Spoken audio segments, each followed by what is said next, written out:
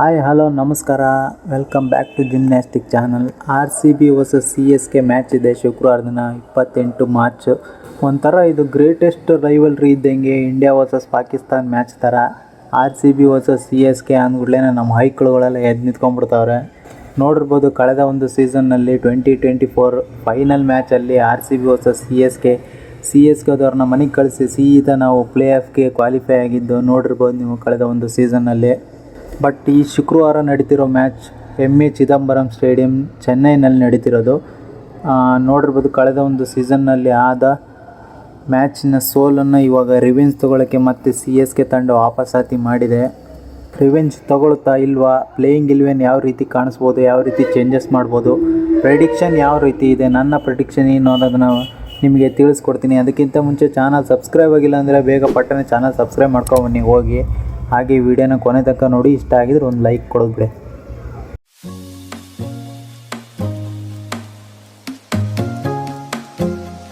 ಕಳೆದ ಒಂದು ಸೀಸನಲ್ಲಿ CSK ಸೋಲ್ಸಿದ್ದಂಗೆ ಮನೆಗೆ ಹೋಗಿ ಇಲ್ಲಿಂದ ಕಳಿಸ್ಕೊಳ್ಳಿ ಅನ್ನೋ ರೀತಿ ಮಾಡಿದ್ದು ವಿರಾಟ್ ಕೊಹ್ಲಿ ಅವರು ಸಹ ಸ್ಲ್ಯಾಂಗ್ ಮಾಡಿದರು. ನೋಡಿರ್ಬೋದು, ಧೋನಿ ಅವರು ಸಹ ಶೇಕ್ ಹ್ಯಾಂಡ್ ಮಾಡೋದಕ್ಕೂ ಬಂದಿರಲಿಲ್ಲ.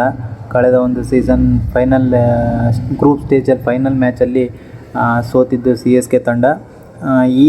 ಇವಾಗ 2025ನಲ್ಲಿ ಮತ್ತೆ ವಾಪಸಾತಿ ಮಾಡಿದೆ. ಒಂದು ಬೆಸ್ಟ್ ಟೀಮ್ಗಳ ಕಾಳಗ ಅಂತ ಹೇಳ್ಬೋದು. ಇಲ್ಲಿ ನೋಡ್ಬೋದು, ಎರಡು ಟೀಮ್ಗಳು ವಿನ್ನಿಂಗ್ ಸ್ಟ್ರೀಕಲ್ಲಿ ಬರ್ತಾ ಇದ್ದಾರೆ. RCB ಫಸ್ಟ್ ಮ್ಯಾಚಲ್ಲೇ KKR ವಿರುದ್ಧ ಸಖತ್ತಾಗಿ ಭರ್ಜರಿ ಗೆಲುವನ್ನು ದಾಖಲಿಸ್ಕೊಂಡು ಬರ್ತಾ ಇದೆ. ಈ ಕಡೆ CSK ಮುಂಬೈ ವಿರುದ್ಧ ಒಂದು ಕನ್ವಿನ್ಸಿಂಗ್ ವಿಕ್ಟ್ರಿಯೊಂದಿಗೆ ಬರ್ತಾ ಇದೆ.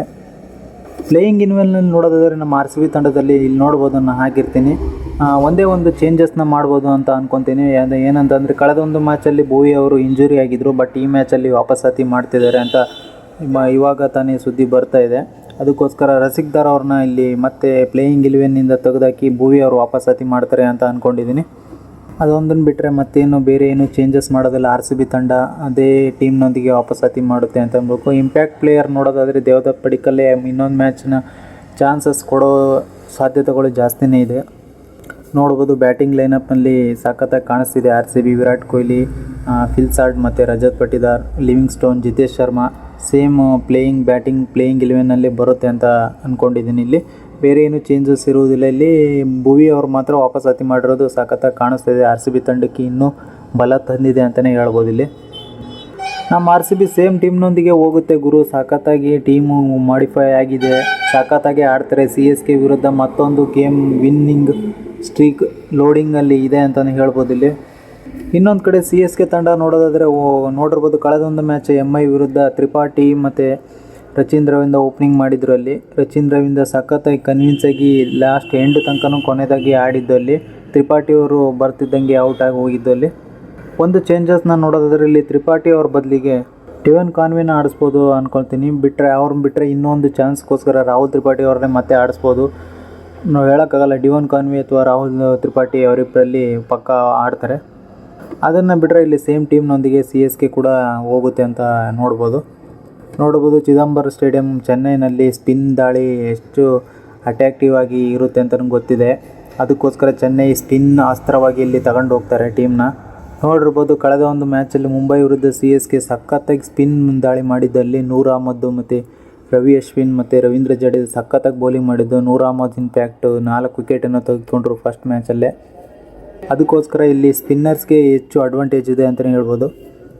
ನಮ್ಮ ಕಡೆನೂ ಏನು ಕಮ್ಮಿ ಇಲ್ಲ ಗುರು. ಕೃಣಾಲ್ ಪಾಂಡ್ಯ ಸಖತ್ತಾಗಿ ಬೌಲಿಂಗ್ ಮಾಡ್ತಿದ್ದಾರೆ, 3 ವಿಕೆಟ್ ತಗೊಂಡಿದ್ದಾರೆ ಮೊದಲನೇ ಮ್ಯಾಚಲ್ಲಿ KKR ವಿರುದ್ಧ ಅಂತ ಹೇಳ್ಬೋದು.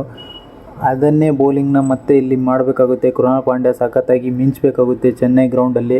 ಸ್ಪಿನ್ನಿಗೆ ಒಳ್ಳೆ ಅಡ್ವಾಂಟೇಜ್ ಇರೋದ್ರಿಂದ ಸ್ಪಿನ್ನಿಗೆ ಕೃಣಾಲ್ ಪಾಂಡ್ಯ ಮತ್ತು ಲಿವಿಂಗ್ ಸ್ಟೋನು ಸಖತ್ತಾಗಿ ಇಂಪ್ಯಾಕ್ಟ್ ಮಾಡ್ತಾರೆ ಅಂತ ಅಂದ್ಕೊಂಡಿದ್ದೀನಿ ಈ ಮ್ಯಾಚಲ್ಲಿ. ಇಲ್ಲಿ ಎರಡು ಟೀಮ್ನ ಹೋಲಿಕೆ ಮಾಡೋದಾದರೆ RCB ಮತ್ತು CSK ಎರಡು ಸಮಬಲವಾಗಿ ಕಾಣಿಸ್ತಿದೆ. ನನಗೇನು ನೋಡಿದಂಗೆ ಇಲ್ಲಿ CSK ಬ್ಯಾಟಿಂಗ್ ಮತ್ತು RCB ಬ್ಯಾಟಿಂಗಲ್ಲಿ ನೋಡೋದಾದರೆ RCB ಬ್ಯಾಟಿಂಗ್ ಒಂದು ಕೈ ಜಾಸ್ತಿ ಇದೆ. ಬೌಲಿಂಗಲ್ಲಿ ನೋಡೋದಾದರೆ ನನ್ನ ಪ್ರಕಾರ CSK ಬೌಲಿಂಗ್ ಜಾಸ್ತಿ ಪರ್ಫೆಕ್ಟಾಗಿ ಕಾಣ್ತಿದೆ ಚೆನ್ನೈ ಹೋಮ್ ಗ್ರೌಂಡಿಗೆ ಅಂತಲೇ ಹೇಳ್ಬೋದು. ಇಲ್ಲಿ ಅದಕ್ಕೋಸ್ಕರ ನಾನು ಎರಡು ಟೀಮ್ ಬ್ಯಾಲೆನ್ಸ್ ಆಗಿದೆ, ಸಮಬಲದಲ್ಲಿ ಹೋರಾಟ ನಡೆಸ್ತಾರೆ ಅಂತ ಅಂದ್ಕೊಂಡಿದ್ದೀನಿ. ಇಲ್ಲಿ ಪ್ರೆಡಿಕ್ಷನ್ ನೋಡೋದಾದರೆ ನಾನು CSK ತಂಡದ ಜೊತೆಗೆ ಹೋಗ್ತೀನಿ ಇಲ್ಲಿ. ಯಾಕಂದರೆ ಹೋಮ್ ಗ್ರೌಂಡ್ ಆಗಿರೋದ್ರಿಂದ ಚೆನ್ನೈಗೆ ಅಡ್ವಾಂಟೇಜ್ ಜಾಸ್ತಿನೇ ಇರುತ್ತೆ ಅಂತ ಹೇಳ್ಬೋದು. ಯಾಕಂದರೆ ಬ್ಯಾಟಿಂಗ್ RCBದು ಸಖತ್ತಾಗಿದೆ, ಬಟ್ ಬೌಲಿಂಗ್ ಇಲ್ಲಿ ಎಕ್ಸ್ಟ್ರಾ ಆರ್ಡಿನರಿ ಆಗಿರೋದ್ರಿಂದ ಚೆನ್ನೈ ಬೌಲಿಂಗ್ ಸ್ಪಿನ್ ಅಟ್ಯಾಕ್ ಸಖತ್ತಾಗಿರುತ್ತೆ. ಅದಕ್ಕೋಸ್ಕರ ಇಲ್ಲಿ ಸ್ವಲ್ಪ ಡೌನ್ ಆಗ್ಬೋದು RCB ಬ್ಯಾಟಿಂಗ್ ಅಂತ ಅನಿಸ್ತಿದೆ ನನಗೆ. ಅದು ಅಲ್ಲದೆ ಸ್ಟ್ಯಾಟ್ಸ್ ಪ್ರಕಾರ ನೋಡೋದಾದರೆ ಚೆನ್ನೈ ಪಿಚ್ಚಲ್ಲಿ CSK ತಂಡ ಸೋತಿರುವಂಥ ಹಿಸ್ಟ್ರಿಗಳು ಕಮ್ಮಿ ಇದೆ. ಜಾಸ್ತಿ ಗೆದ್ದಿರುವಂಥ ಮ್ಯಾಚ್ಗಳೇ ನೋಡಿರೋದು ನಾವು. CSK ತಂಡ ತಮ್ಮ ಹೋಮ್ ಗ್ರೌಂಡಲ್ಲಿ ಸೋಲೋದು ತುಂಬ ಅಂದರೆ ತುಂಬ ಪರ್ಸೆಂಟೇಜ್ ಕಮ್ಮಿ ಅಂತಲೇ ಹೇಳ್ಬೋದು.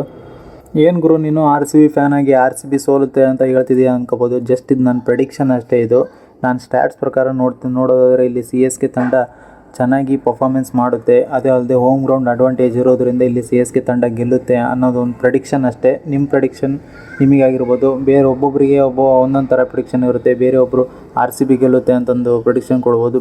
ಜಸ್ಟ್ ಪ್ರೆಡಿಕ್ಷನ್ ಅಷ್ಟೇ ನಂದಿದು. ನಾನಿಲ್ಲಿ CSK ತಂಡ ಪಕ್ಕ ಗೆಲ್ಬೋದು ಅಂತ ಪ್ರೆಡಿಕ್ಷನ್ ಕೊಡ್ತಿದ್ದೀನಿ. ನಿಮ್ಗೇನು ಅನಿಸುತ್ತೆ, ಯಾವ ಟೀಮ್ ಗೆಲ್ಬೋದು CSK ವರ್ಸಸ್ RCB ಮ್ಯಾಚಲ್ಲಿ ಅನ್ನೋದನ್ನು ಕಮೆಂಟ್ ಬಾಕ್ಸಲ್ಲಿ ತಿಳಿಸಿ. ಹಾಗೆ ವಿಡಿಯೋಗೊಂದು ಲೈಕ್ ಕೊಡಿ ಅಂತ ಹೇಳ್ತಾ ಮ್ಯಾಚ್ ಆದಮೇಲೆ ಸಿಗ್ತೀನಿ. ಬಾಯ್, ಥ್ಯಾಂಕ್ಸ್ ಫಾರ್ ವಾಚಿಂಗ್.